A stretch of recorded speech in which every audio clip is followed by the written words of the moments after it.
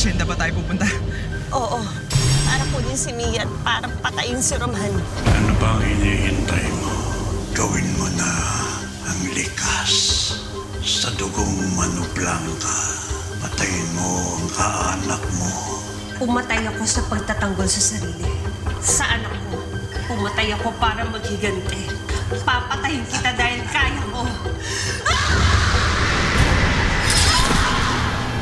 Tanggapin niyo si Roman, ang ikatlong aling ng 400. Sumasakit na ba yung binti mo? Hindi na naman. Siguro parusa ko na rin to dahil hindi ko natupad yung promise ko kay Daddy. Pati si Ben. Kung hindi mo ginawa yun, wala tayo dito. Ma, naisip na ba kayo ipapangalan nyo sa bago naming kapatid? Eh di ipangalan lang natin kay Lola. Belia and Cangrejo. Malapit na bumangon ng baryo ko yung Sangre. Ipagpaumanhin mo, Mia. Matagal na dapat ako nagpakilala sa iyo ngunit nagkaroon ng mga ilang balakid. Gustong-gusto ko ang mga gawa mo, Mia. Pero mas gusto ko pa rin ang obra ng iyong inang si Dalisay. Kahanga-hangang mga obra. Isa akong doktor ng medisina. Tawagin niyo na lang ako sa totoo kong pangalan, Dr. Lazaro. Naibalik ko ang yaman ng pamilya Mano Blanca. Saksihan mo ko. Sangre! Lazaro! Papatayin ko mga poon mo. Papatayin ko silang lahat. Ililigtas ko ang pamilya ko. At ang mga anak ng anak ko, hindi malalaman na may pangalang Cuatro Santo. Hindi nila malalaman na may lugar na tinatawag ng Barrio Kulimlim.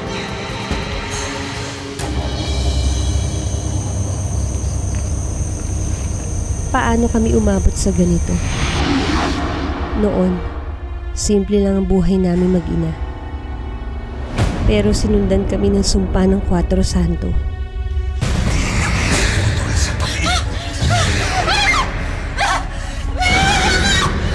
Sila na ito, papatayin daw nila ako, ma. Tulungan mo ko, bilisan mo. Iligtas mo si Mia! Iligtas mo ang apo ko! Alam mo ang kapalit nito. Nagsimula ang lahat nang mamatay si inay. Saan ba itong 4 Santo na to? Pinapahanap ko pa kay Mia sa internet. Plano namin ngayong weekend. Puntahan namin kung di malayo. Bumalik kami sa Cuatro Santo para malaman ng pinagmulan ng aming pamilya. Maligayang pagdating sa Cuatro Santo. Doon nalaman naming mayaman ng pamilyang Mano Blanca. Kinikilala, iginagalang, tila perpekto ang mundo dito. Pero nagkamali kami. Ang bawat hiling ay may kapalit. Ako ang Haring Nanino. Binili ko ang kapangyarihan ko sa mga poon sa balon.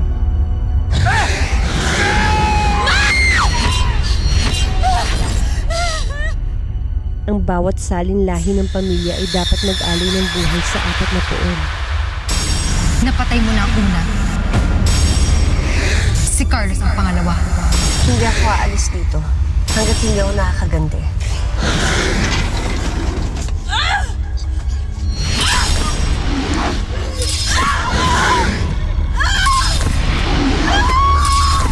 Di mo ba napapansin, Miss Isay? Buong buhay niyo, pinagplanuhan kayo ni Kapitan kung paano kayo babalik sa Cuatro Santo, kung paano kayo mamanipulahin para maging sangre. Kinakailangan ko silang patayin maging si Papang. Vaya con Diablo.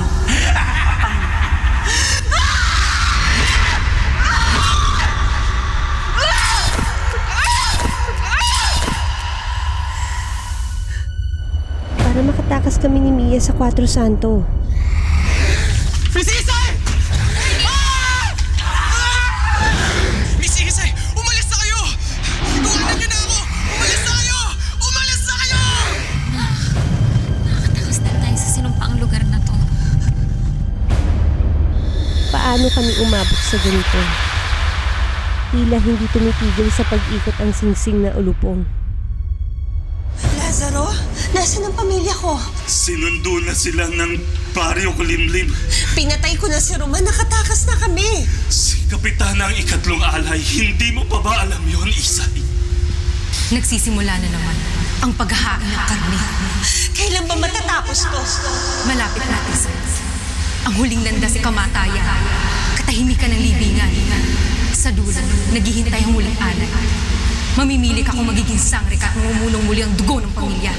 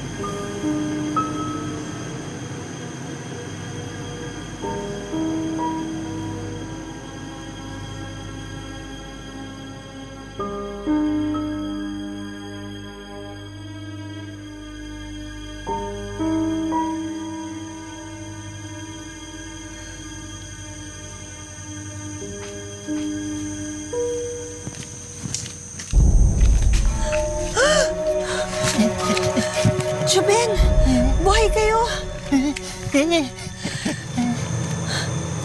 Patawarin mo ako. Hindi ka namin nailigtas. Hindi ka namin naisama nung tumakas kami. Kailangan kong maligtas si Mia. Ang asawa ko si Jonas. Ang anak namin si Andy. Kailangan kong makasiguro na hindi malalagay sa panganib tong si Bella dito sa baryo Kulimlim. Oo, buntis ako. Sabi ng doktora babae. Bella ang ipapangalan namin sa kanya, katulad ng kay Inay. Kailangan ko mailigtas si Mia. Asawa kong si Jonas. Ang anak naming si Andy. Kailangan masiguro ko na hindi malalagay sa panganib tong si Bella dito sa baryo Kulimlim. Kailangan tapusin ko na. Tatapusin ko na ang lahat. Kailangan kong lakbayin ng landas ng kamatayan.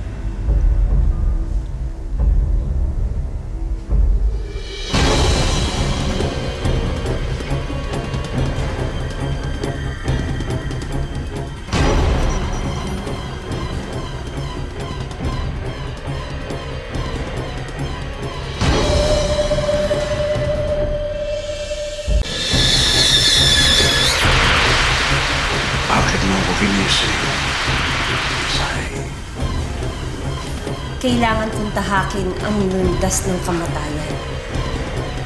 Ang huling landas sa pagiging sangre. Nagbago na ba ang saloobin mo? Hindi. Naparito ko para tapusin na to. Ang walang pinagsimulan ay walang katapusan.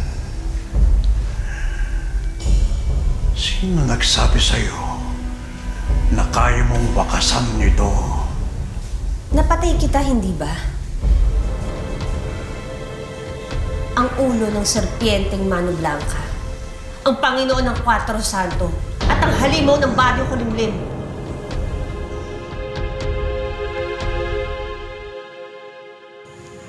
Hindi ko alam kung kailan nagsimula ang lahat.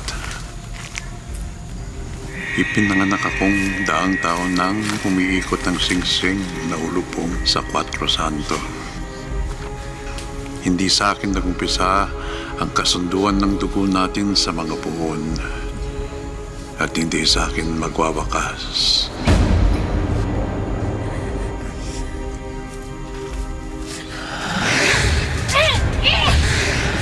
Ate Ana! Trining ang anak mo! Mapang! Asan si Ate Ana? Anong nangyari sa kanya? Kinuha na siya ng mga puon. Hindi ko naiintindihan. Darating ang araw, maiintindihan mo rin. Ito ang tungkulin ng pamilya natin, Roman. Nang namatay ang mga magulang ko, bumalik ako sa Cuatro Santo bilang tanging tagapagmana ng pamilya natin. Nangako akong wala ng anak ko o sa mga anak ng mga anak ko ang kukunin ng mga puon sa balon. Kapitan Roman Mano Blanca, maligayang pagdating sa Cuatro Santo. Ito nga pala ang aking pamilya. Ang aking asawang si Isang, ang panganay kong anak na si Magda, ang anak kong si Ben, si Ador at ang aking katiwala. Ngayong ako lang namumuno. Gusto ko sanang baguhin ang iba. Sinubukan ko talaga, Isay, na gawing masagana ang bayan kahit na hindi tumatawag sa mga puhon. Pero sa loob ng 2 taon, sinalakay ang Cuatro Santo ng peste, ng tagtuyot. Kapitan! Kapitan! Nakabahala na po ang mga balita. Paunti na ng paunti ang mga naaani nating palay. Pati ang mga hayop nagkakasakit na po. Mga tao nagbubulong-bulungan na. Kapitan, hindi nyo raw sinunod ang tungkulin nyo sa Cuatro Santo. Mga lintik sila. Sabi mo sa kanila, kung sino man ang susuway sa utos ko, ay gagapo sa harapan ng asyenda at matitikman ang hagupit ng latigo ko.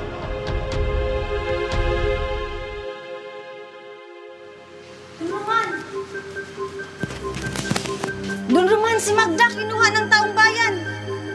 Kapitan, sa balon. Sa balon lamang siya maaaring dalhin.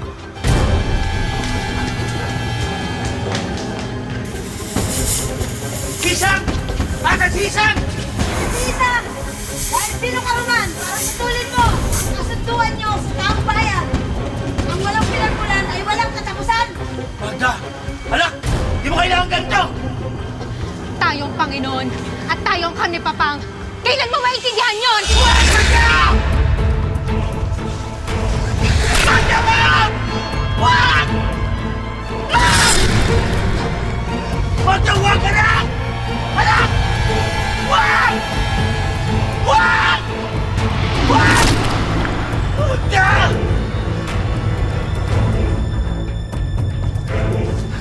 Magda! Magda, wag ka na! Wag! Paalam, Papang. Wag! Magda!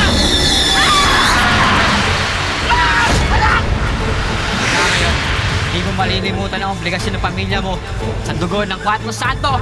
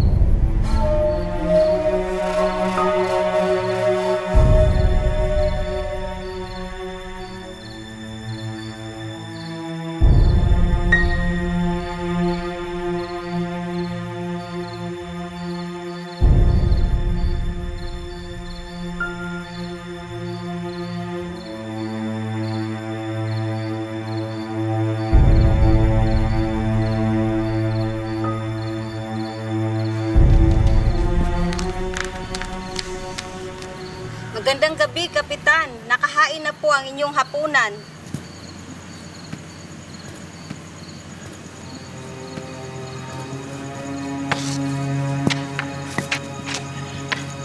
Hindi humihinto ang panahon para sa mga luha natin. Dumaan na mga taon. Lumaking isang matalino at maginaong lalaki si Ador. Naging kampante akong magiging mabuting pinuno siya ng 4 Santo kapag wala na ako. Nakilala niya ang isang respetableng dalaga. Si Belia, ang ina mo. Parehong walang masyadong alam noon si Ador at Belia tungkol sa mga lihim ng 4 Santo at sa tungkulin ng pamilya natin.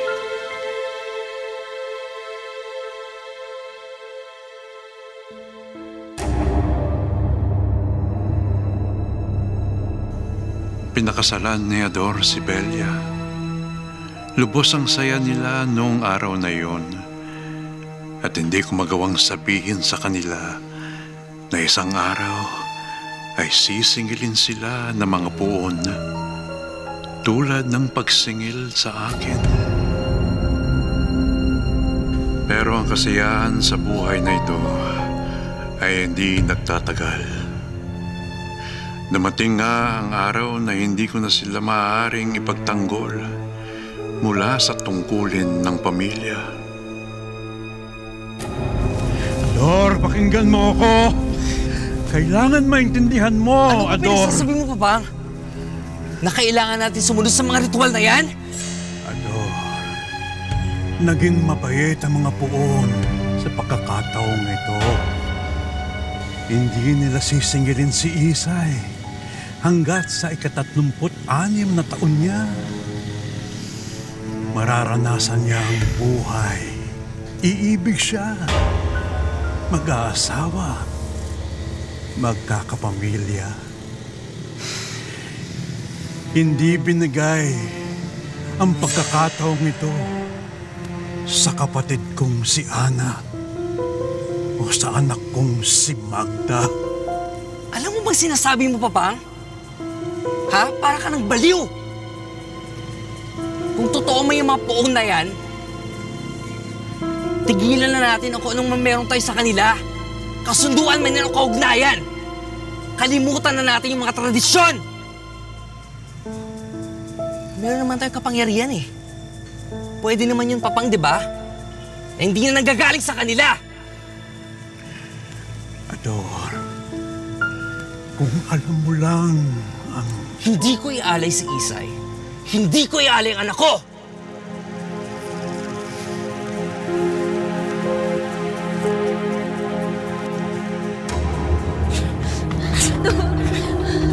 Natatakot ako paano pag nahuli tayo ng papang mo. Huwag ka na mag-alala, Bella, mahal. Makakatakas na tayo. Ikaw nang bahala sa anak natin, ha? Ano gagawin natin? Sige na, sige na. Ano? Sumakay ka na, kaya mo na yan. Ikaw nang bahala sa kanya. Huwag na kayo bubalik dito! Ano? Sige na, umalis ka na! Tulong! Hoy! Kanday! Tulong! Tulungan niyo ako! Tulungan niyo ako! Wag! Wag! Wag!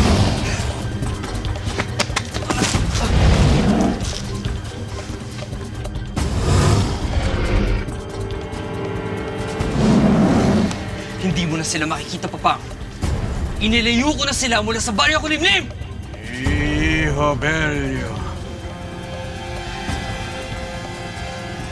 Hindi tumitigil sa pag-ikot ang singsing ng ulupong. Wag!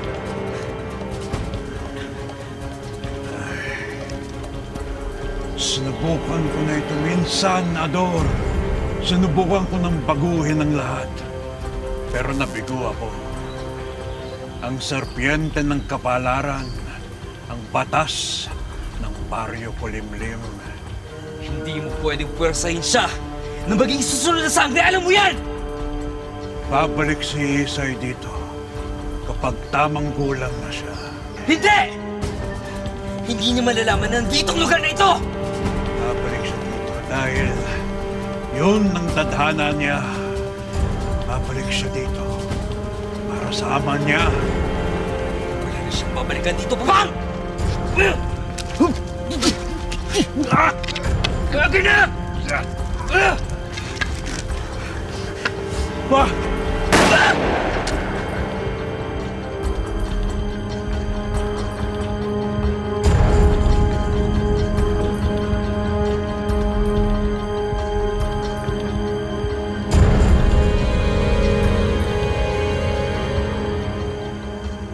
Naiintindihan mo ba, Isay?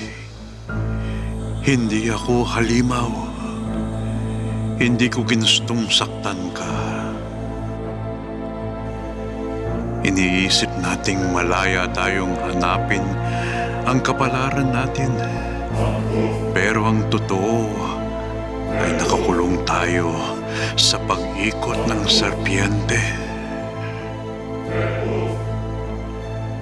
Paulit-ulit ang tugtog.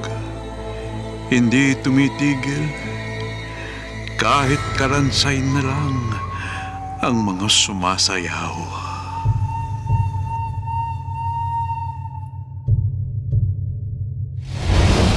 Lubayan mo na ako, Dalisay. Tapos na ang papel ko sa kwento mo nang pinatay mo ako. Hindi. May utang ka pa sa akin dahil sa mga ginawa mo sa akin.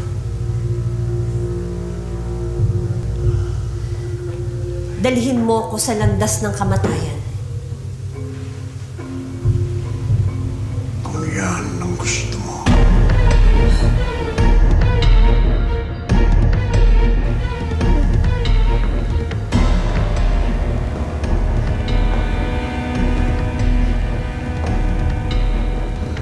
Samahan mo ang mga patay.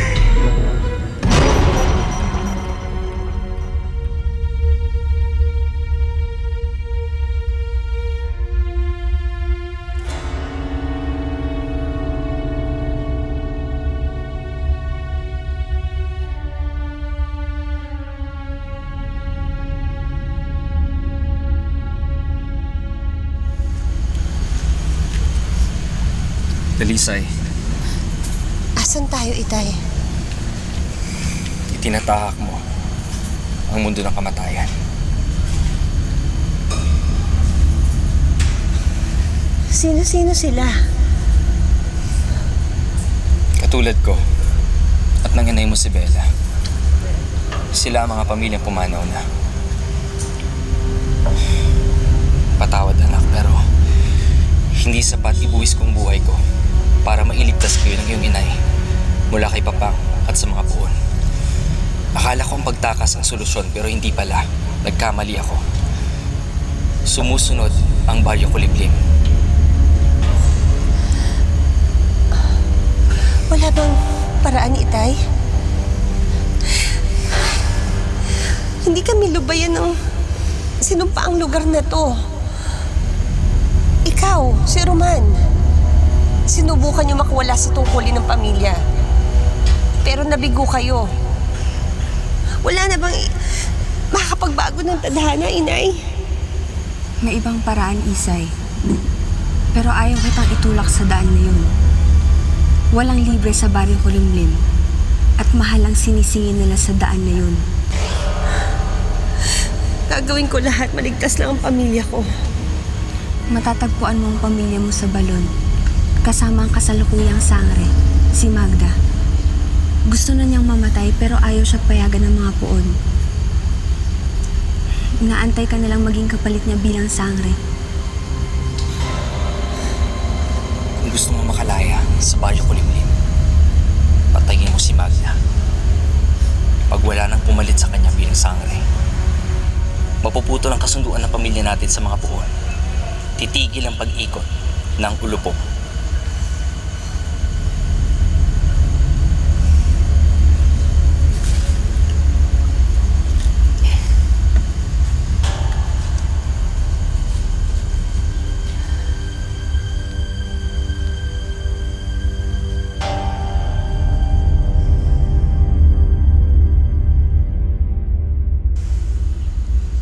Pikit mo ang mga mata mo. At makikita mo kung nasa naroon si Magda.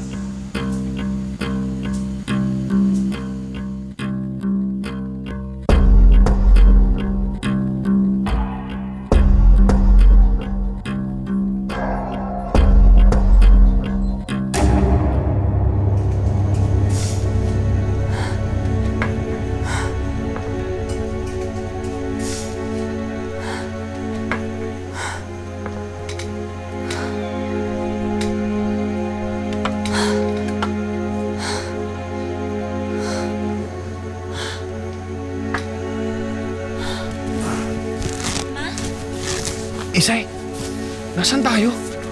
Saan si Solomon? Alam ko. Makinig kayo.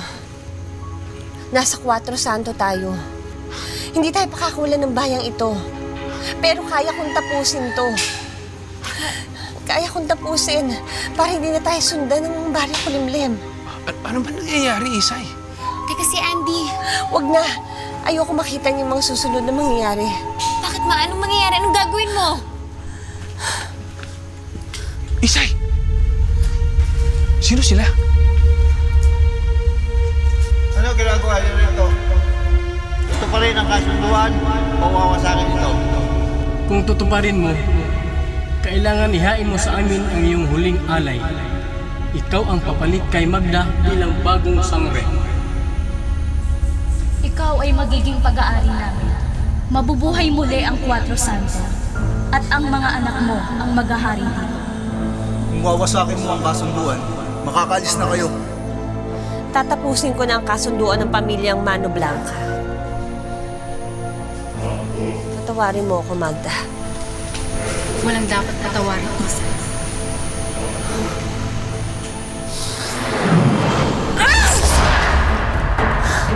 Isay. Isay! Isay! Isay! Tulungan niyo po yung asawa ko! Isay! Ano nangyayari? Hindi ng tulong sa kanila. Jonas! Hindi na po, tulungan niyo po asawa ko! Parang awan niyo na po! Hindi mo naiintindihan. sa baryo ko rin. Opo, humihingi ako ng tulong kapalit po ng buhay ko! Kaya namin sa buhay ng dalisay. Kailangan mo lang humili. Sige po, papayag po ako kapalit po buhay ko. Hindi mo naiintindihan. Tanggapin namin ang kabayarang ito. Pero wala na ang sangre. Wala na ang tulay mula sa pangyarihan namin at sa mundo ng laman. Sino maghati ng biyaya namin sa inyo? Pagpapatuloy mo ba ang landas sa sinumulan mo, Isay? Ikaw ba ang magiging bagong sangre?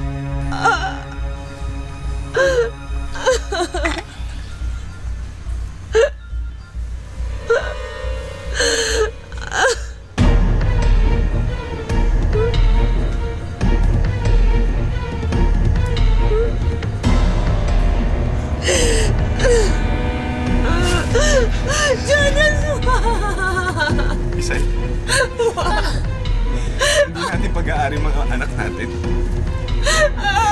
Mahal kita. Mahal ko yung anak natin. Mia, hindi. Kailangan ko gawin ito. Gusto ko kayong mabuhay. Isasakripisyo ko na lang ang sarili ko. Ito ang tunay na kahulugan.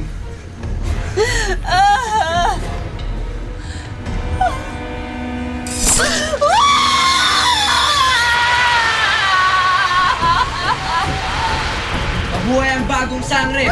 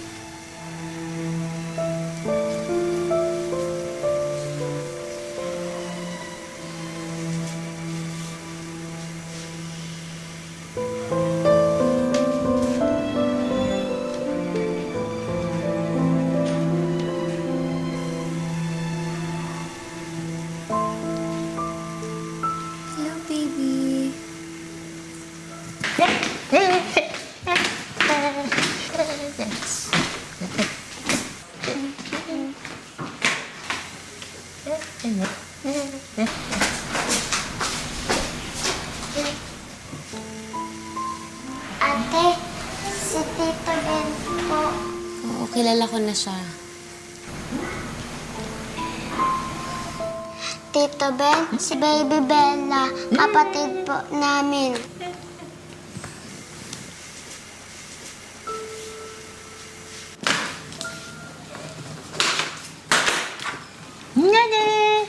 Wow, ang daming pera.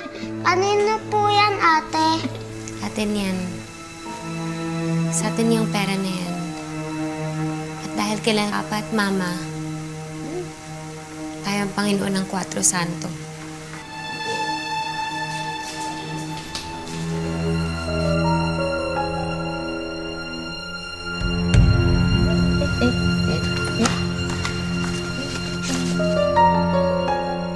At sa wakas, kapag naglaho na tayo, patuloy pa din ang pag-ikot ng mundo. Hindi ito titigil para lumuha sa pagpanaw ng isang butil ng buhangin. Alam mo ba kung ano ang ito? Tayo yun.